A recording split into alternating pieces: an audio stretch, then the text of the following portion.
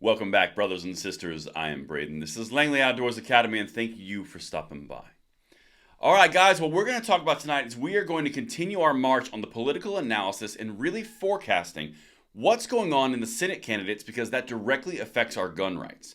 With Biden still being in office for 2 more years, we can hand him a devastating blow by making sure that we vote and vote and vote some more. It's incredibly important to understand that while I'm about to show you all the data I'm about to show you, every single one of us needs to vote, and I am by no means suggesting that we need to relax and become complacent. We need to get every single person that we know out to the polls, especially if you have any kind of doubts whatsoever. Get 10 more friends because we have an opportunity here, and that's what we're going to talk about. Everything's linked in the description box below. Let's get it. I cannot wait to hear what you guys think of this data that's coming out. Now, what would you guys say? Would you even believe me if I told you it was actually possible? Best case scenario, again, not saying it's going to happen, best case, that Republicans could control 54 seats with Democrats controlling 46 in the Senate in November. Well, after the elections in November and then under oath or sworn in. Check this out. I'm going to walk you through. I'm going to show you how it's potentially possible, but I'm also going to give you the real life data. Right now, we have a generic ballot across the board. I will always start with this number of +6 coming on the Republican side. Now, this is from the Trafalgar Group. Again, everything is linked in the description box below, but let's get it and walk you through how this is possible. Now, the first one I'm going to show you is Nevada. This is a Senate race. This is a flip Senate race towards the Republicans. This is a gun control turning into gun rights vote, all right? You have Laxalt versus Masto. Laxalt is actually slating now to be a GOP pickup in the Senate for the Republicans in Nevada. Again, we're hitting on this pretty hard because Nevada has been blue my entire voting life. Right now, Real Clear Politics, which is not necessarily a right-leaning outlet, is putting it as a GOP pickup. This is really important because even all the polls that are listed here on screen, they're all showing a trend towards the Republican. Again, from gun control to gun rights. Let's keep going because this is a thing right here. Now, this is the one race that RCP or Real Clear Politics actually has as Democrats holding. This is the Arizona race. This is Blake Masters versus Kelly. This is the husband of Giffords.org, Gabby Giffords. This would be incredible to flip. But check this out.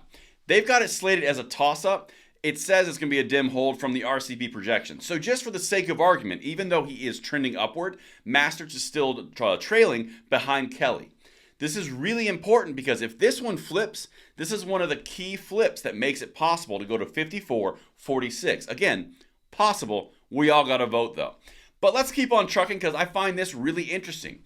With Blake Masters losing in the Arizona Senate race against Kelly, you at the exact same time have Kari Lake, who is kicking the smack out of Katie Hobbs at the governor level in the exact same state. There is something wrong. That's a discrepancy. We're going to see how it plays out, but that's a toss-up in the Senate race, and I think the governor race is going to hit it. Now, this next one, the Georgia race, I think it's going to be a flip, and so does RCP, or Real Clear Politics. They have it rated as a GOP pickup, although it's still a toss-up. Herschel Walker is favored right now to take over Warnock's seat. That's, again, a gun control versus gun rights. If you're keeping keeping score at home, that puts us at 2 pickups from a 50-50 Senate. That makes us 52-48. Assuming that Blake Masters pulls it out and comes from behind against Kelly, that would be 53-47. But right now, conservatively, it's looking and trending towards 52-48.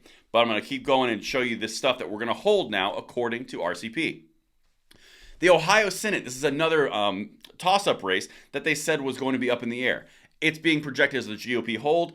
A lot of different polls are also going red. There is not a lot of energy on this, and RCP has it as a hold. So that's Ohio. This one is fascinating. Pennsylvania Senate, Fetterman, Fetterwoman, whatever. That individual was supposed to be leading by 10, 15, 20 points. Well, RCP now has it as a GOP hold, which means that Oz would be beating Fetterman. Now, what that means is the Democrats are being basically pulled away from a flip seat, which would maintain it at 52-48 or 53-47, depending how Arizona falls. This is a massive one, and to be honest, this is the one that I'm most worried about because this one seems to be the most fluid across the board. As we continue down to the next one, we've got Wisconsin, which is now slated heavily for a hold for Ron Johnson against Barnes. Remember they were saying Barnes was going to pull an upset and oust the sitting Republican? Yeah, that's not working out. Wisconsin is looking like it's going to hold, maintaining 52-48 or 53-47, depending on Arizona. Now, this one right here, I'm going to show you, this is just for funsies. This is how we get to 54-46. There's an anomaly happening. I have not seen this in recent memory. Washington State has a race for the Senate, which is within the margin of error in the state of Washington for the Senate. It's possible, again, that if this polling is correct, you have a neck and neck running race in Washington State for a Senate race where the Republican is within the margin of error and could flip Washington State. Now, the important thing I'm bringing this to you, the reason I'm bringing this to you and so important, it depends how big the red wave is. Depends directly on how big and how active you guys are in making your voices heard at the ballot box.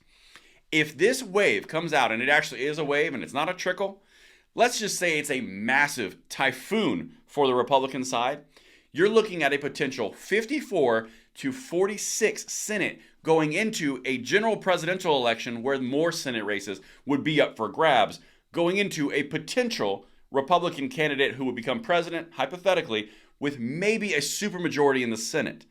This is becoming a thing, and that's why we're covering it so closely. Thank you so much for watching. Let me know what you guys think in the comments field below, and I will see you on the next episode. I'm Braden. See you later.